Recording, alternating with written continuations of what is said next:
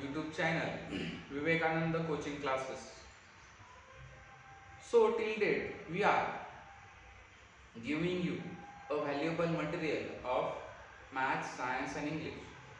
You are attempted to watch these videos, but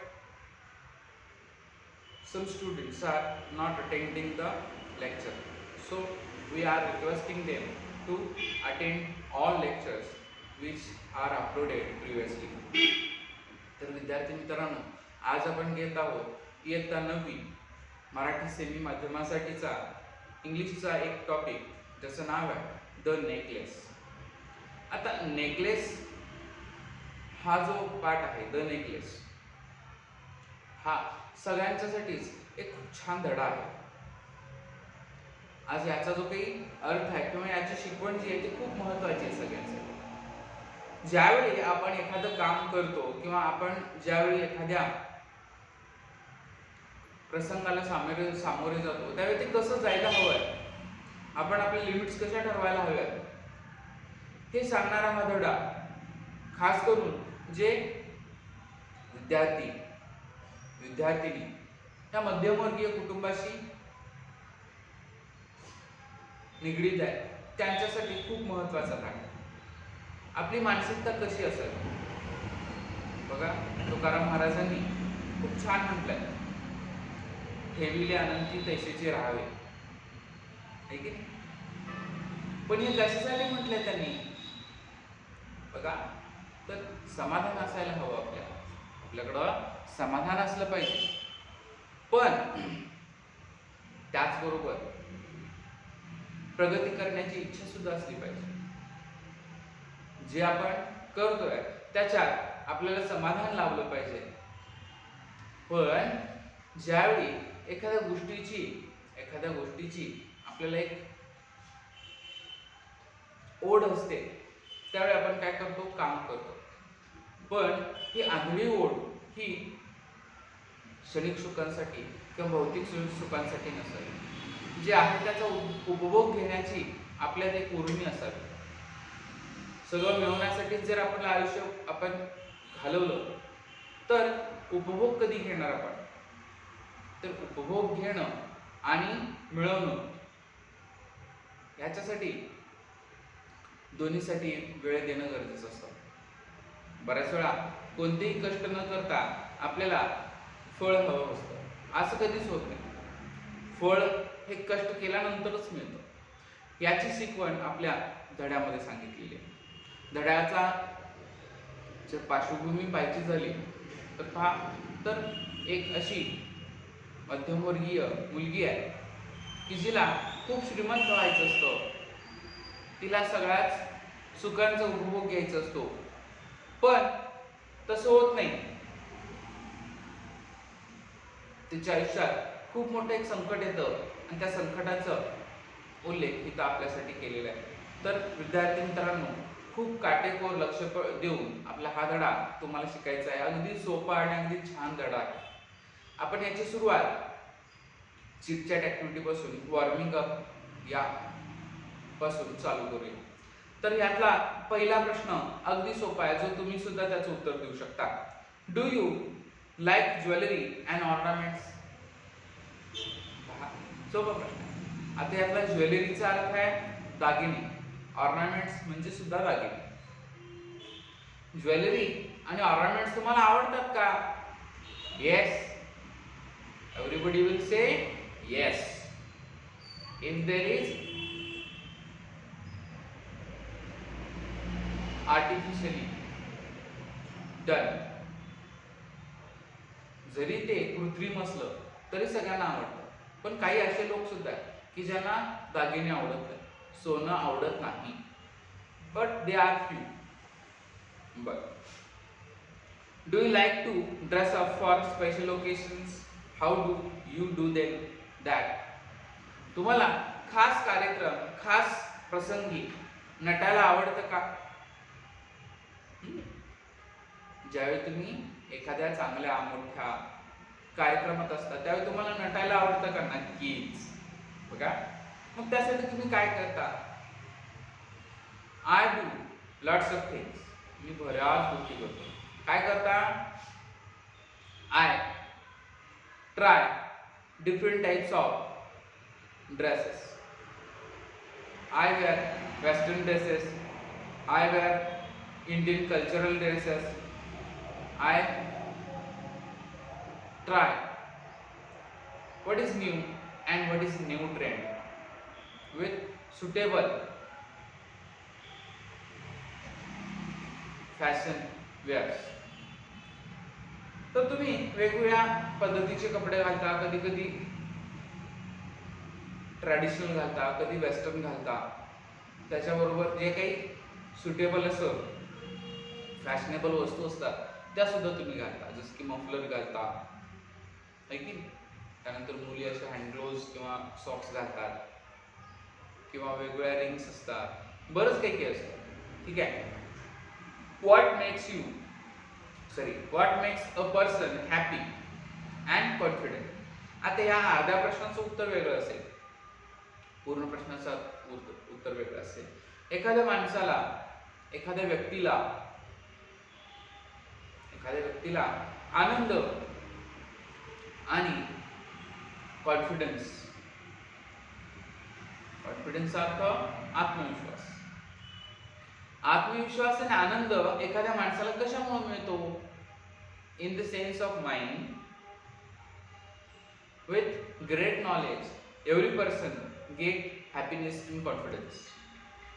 Some person get confidence and happiness with money. Some are with power. Some are with physical strength. Some are with knowledge. प्रत्येक व्यक्तीला वेगवेगळ्या गोष्टी असल्यानंतर आनंद मिळतो, confidence मिळतो. तसं during special functions and parties, पार्टीला किंवा फंक्शनला आपण गेल्यानंतर आपल्याला कशामुळं आनंद मिळतो आणि कशामुळं कॉन्फिडन्स मिळतो? पहा, वेगवेगळी कारण असणार. जसं आपण पार्टीला गेलो तर आपण छान नटून सटून द्यायला पाहिजे. आपण अगदी मळलेले, अगदी जुनाट कपडे घालून गेलो तर आपल्याला असं फील प्राऊड होणार नाही. किंवा आपण छानसे दागिने घातले पाहिजे, त्यावेळी आपल्याला ते प्रेस्टिजियस वाटेल. आणखीन काय केलं पाहिजे? आपल्याला इन्व्हिटेशन आली पाहिजे पहिल्यांदा, आहे की नाही. बिनबुलाय मेहमानला कधीच काय वाटत नाही, कॉन्फिडन्स वाटत नाही, आहे की नाही.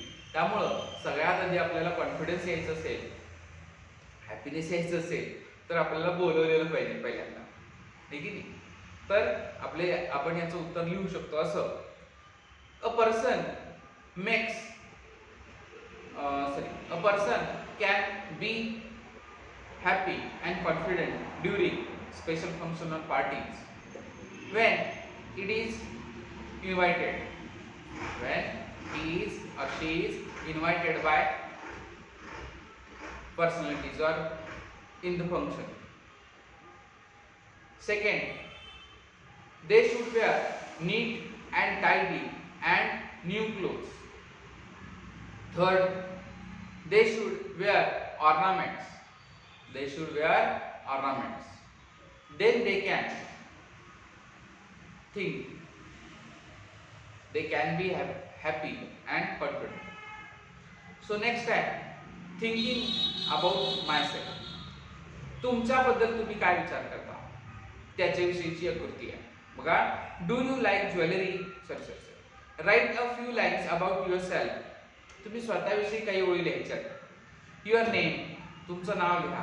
अपीरियन्स, तुम्ही कसे दिसता, तुमचा वर्ण काय आहे वगैरे. फॅमिली, तुमच्या कुटुंबाविषयी लिहा. The place where you live, तुम्ही ज्या ठिकाणी राहता त्या स्थळाविषयी लिहा. युअर स्कूल, तुमच्या शाळेविषयी लिहा. युअर फ्रेंड्स, तुमच्या मित्रांच्या विषयी लिहा. नेबर्स, तुमच्या जे काही शेजारी आहेत त्यांच्याविषयी लिहा. रिलेटिव्स लिहा.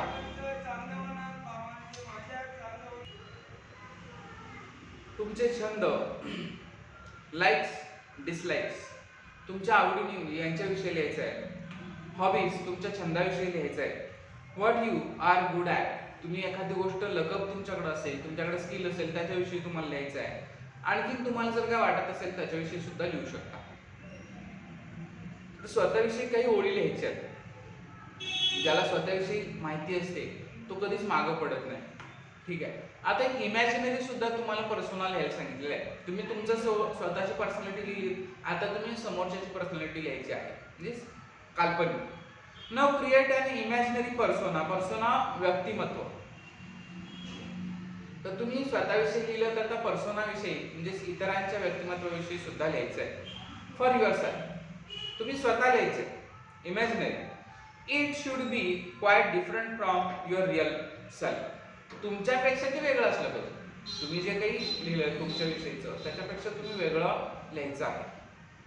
Or you may choose a fictional character. Fictional काल्पनिक, किंवा तुम्ही काल्पनिक कॅरेक्टर सुद्धा निवडू शकता याच्यासाठी. बघा, अ character from a novel.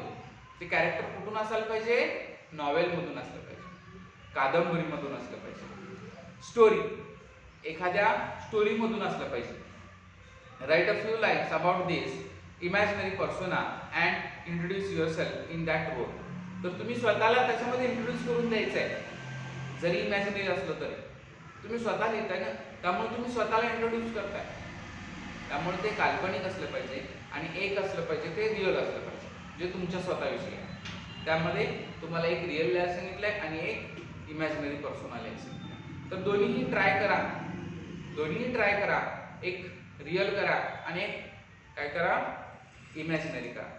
Then आहे a turn by turn story. Step by step story. बघा, अगदी सुंदर कल्पना आहे. काय करायचं आहे ते आपण आधी ऍक्टिव्हिटी पाहूया. From groups of 6 to 8. 6 ते 8 जणांचे ग्रुप बनवायचे. One person chooses one familiar object and announce it's name in the group. एखादा व्यक्ती किंवा एखादा ग्रुप मेंबर काय करेल? एक अनाउन्समेंट करेल. मग ती काय अनाउन्समेंट कशाविषयी असेल? तर एखादं नाव असेल किंवा एखादा ऑब्जेक्ट असेल. All the others talk about it one by one. आणि बाकीचे सगळेजण त्याच्याविषयी एक एक करून बोलायला लागतील. Adding one new complete sentence at a time. प्रत्येक वेळी त्यांनी एक नवीन वाक्य बनवायचं आहे. The person who has chosen the object takes down all the sentences. ज्यानं ऑब्जेक्ट निवडलाय, ज्यानं व्यक्ती निवडलाय त्याचपर्यंत ते वाक्य येईल. After 3-2 rounds read the sentences together. आणि 2-3 राउंड झाल्यानंतर तुम्ही काय करायचं? सगळी वाक्य वाचायची आहेत. And try to build a story around them. आणि ह्या वाक्यांपासून एक गोष्ट बनवायची. अगदी सोपी कल्पना आहे. काय करायचं आहे? ग्रुपमध्ये एखादा ऑब्जेक्ट निवडायचा आहे किंवा एखादा व्यक्ती निवडायचा आहे की ज्याच्यामध्ये काय होईल? त्या व्यक्तीविषयी ग्रुप मेंबरनी भरपूर वाक्य लिहायचे. भरपूर काय करायचे आहे? वाक्य लिहायचे आहे. आणि त्या वाक्यांचं नंतर काय करायचं आहे? एक छानशी गोष्ट बनवायची आहे. त्यानंतर आहे आपल्याला आपला धडा, जो अगदी छान आणि सुटसुटीत, खूप महत्त्वाचा आणि सोपा, खूप मोठी शिकवण देणारा धडा हा तुम्हाला आता पाहायचा आहे. आपण आहोत पान नंबर 24 वर. तुमच्यासमोर हे पुस्तक असण्याची गरज आहे. तर पान नंबर 24 वर आपल्या धड्याचं पहिलं पान आहे द नेकलेस. आता नेकलेस म्हणजेच कंठहार. कंठहाराविषयी असलेली जी गोष्ट आहे ती आज आपल्याला शिकायची. या पाठामध्ये काही वेगळी नावं आलेली आहेत.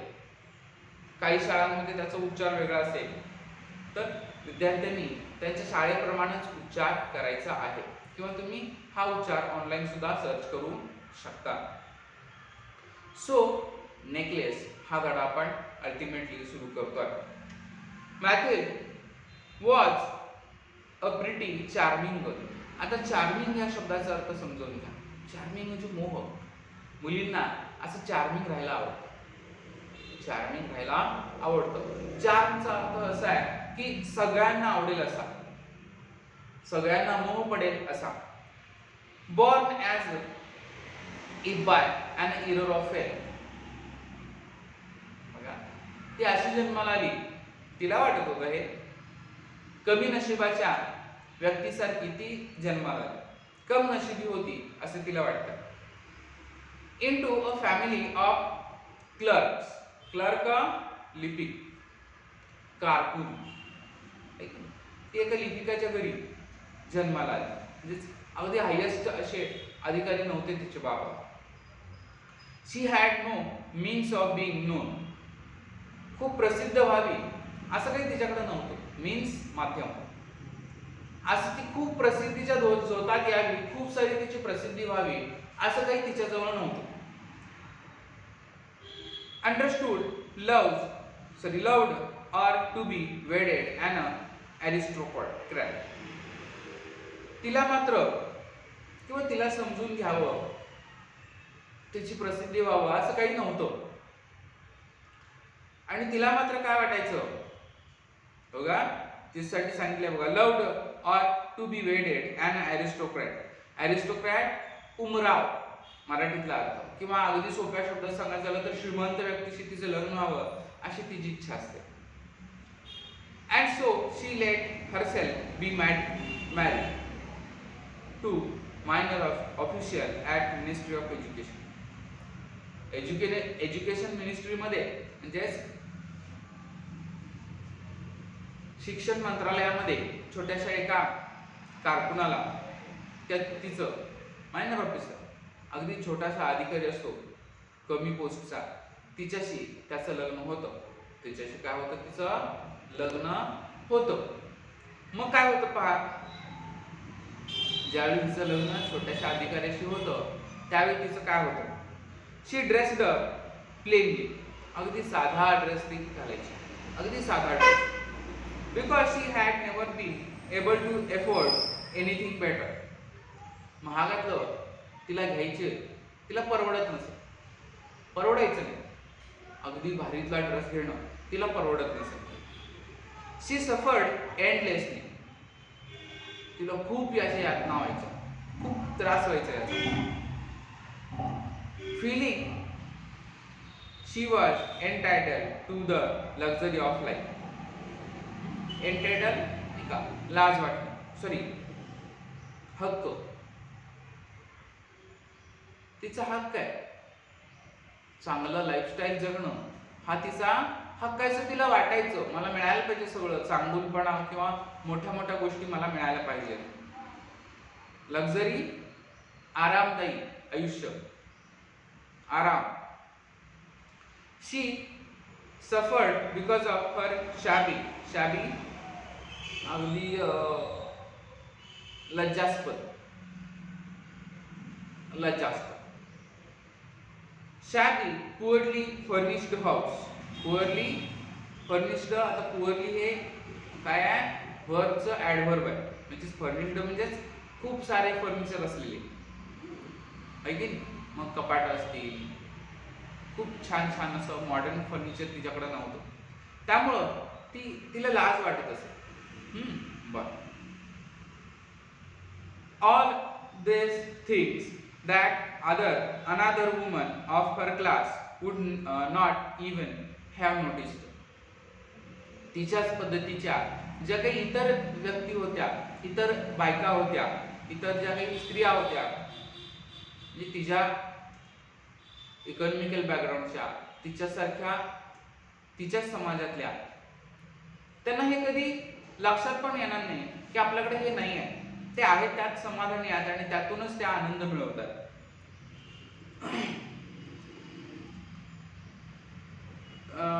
Tormented her and made her resentful.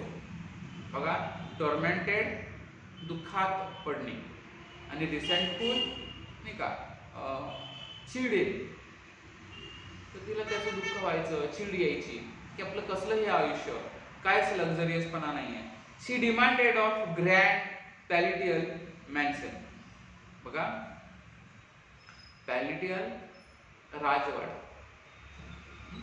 किंवा मॅन्शन म्हणजे हवेली किंवा राजवाडा असं सारखं तिला घर हवंय. खूप मोठं घर हवंय, बऱ्याच खोल्या, बऱ्याच मोठ्या मोठ्या सोयी सुविधा वगैरे वगैरे. विथ व्हास्ट रूम्स, ज्याच्यामध्ये भल्या मोठ्या खोल्या असायला पाहिजे. अँड इन्व्हायटिंग स्मॉलर रूम्स, ज्याच्यामध्ये इन्व्हायटिंग अशा स्मॉलर रूम्स असल्या पाहिजे, छोट्या छोट्या खोल्या. परफ्युम्ड आफ्टर नून चॅट्स. आणि कशासाठी, अगदी सुगंधित अशा गप्पांसाठी सुगंधित अशी जागा तिला हवी असते. विथ क्लोज फ्रेंड्स, जवळच्या मैत्रिणींबरोबर तिला गप्पा मारण्यासाठी ही जागा हवी असते. शी हॅड अ रिच फ्रेंड, तिची एक खूप श्रीमंत अशी मैत्रीण असते. अ फॉर्मर स्कूलमेट, जी तिची बालमैत्रीण, स्कूलमेट म्हणजेच शाळेतली मैत्रीण असते. ॲट द कॉन्व्हेंट, ज्यावेळी ती शाळेला असायची. कॉन्व्हेंट ह्या शब्दाचा अर्थ वेगळा आहे. पूर्ण इंग्रजी माध्यमात असणारी शाळा, अगदी सगळं काही इंग्रजीमध्ये, एक शब्दही मराठी, हिंदी किंवा इतर भाषेत बोलायचं नाही, सगळं इंग्रजीमध्येच, अगदी सगळं इंग्रजीमध्ये चालणारं कामकाज चालणारी शाळा. ज्यावेळी ती कॉन्व्हेंट शाळेमध्ये होती त्यावेळी तिची जी मैत्रीण होती, त्या मैत्रिणीला, ती मैत्रीण जी आहे ती खूप श्रीमंत होती.